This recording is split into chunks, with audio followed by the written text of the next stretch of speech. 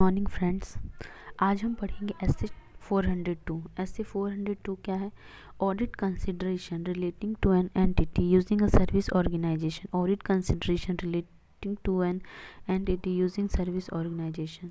जिसमें फर्स्ट हम देखेंगे ऑडिटर्स ऑब्जेक्टिव। ऑडिटर्स ऑब्जेक्टिव क्या है? Obtain an understanding of nature and significance of service provided by the service organization and their effect on the user's entity. Internal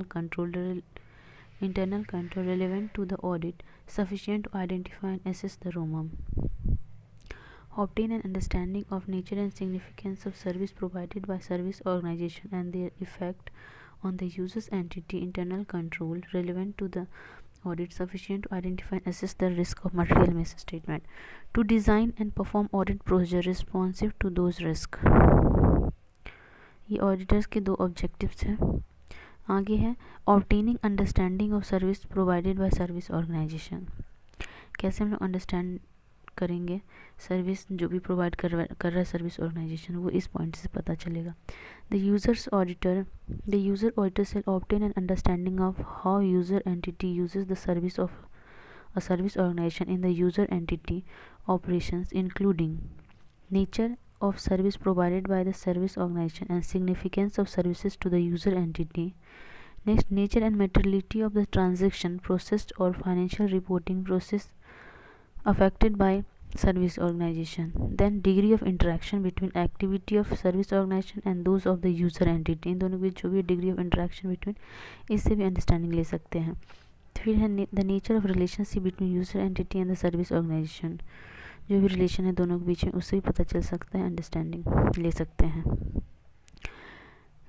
आगे बढ़ने से पहले हम लोग कुछ देख लेते हैं। यूज़र एंटिटी किसे कहते हैं, यूज़र ऑडिटर किसे कहते हैं।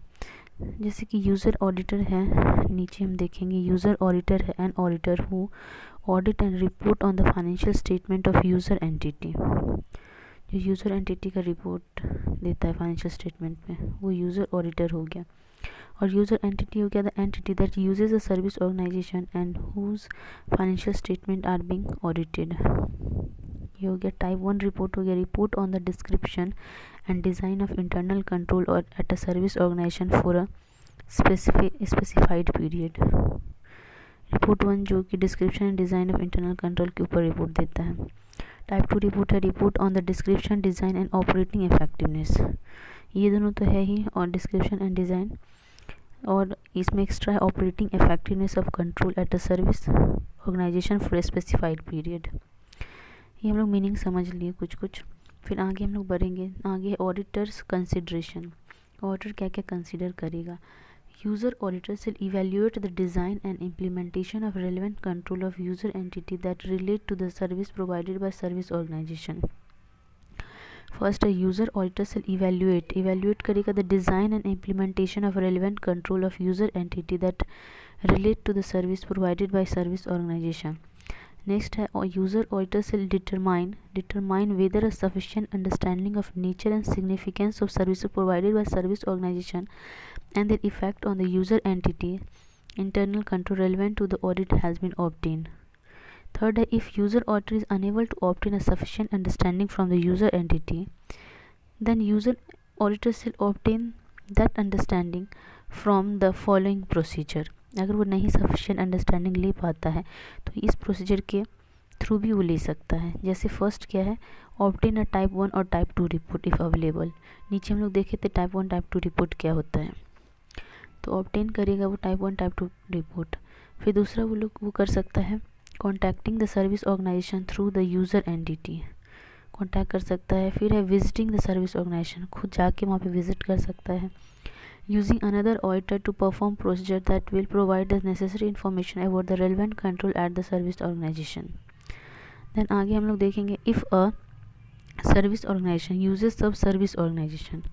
अगर सर्विस ऑर्गेनाइजेशन भी कोई दूसरे से सर्विस ले लेता है उसको सब सर्विस ऑर्गेनाइजेशन बोलते हैं।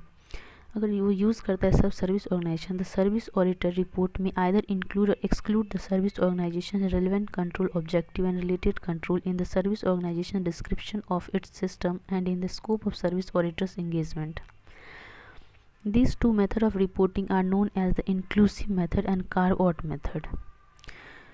इस टू टाइप के मेथड ऑफ रिपोर्टिंग को बोलते हैं हम लोग कार्व आउट मेथड या फिर इंक्लूसिव मेथड।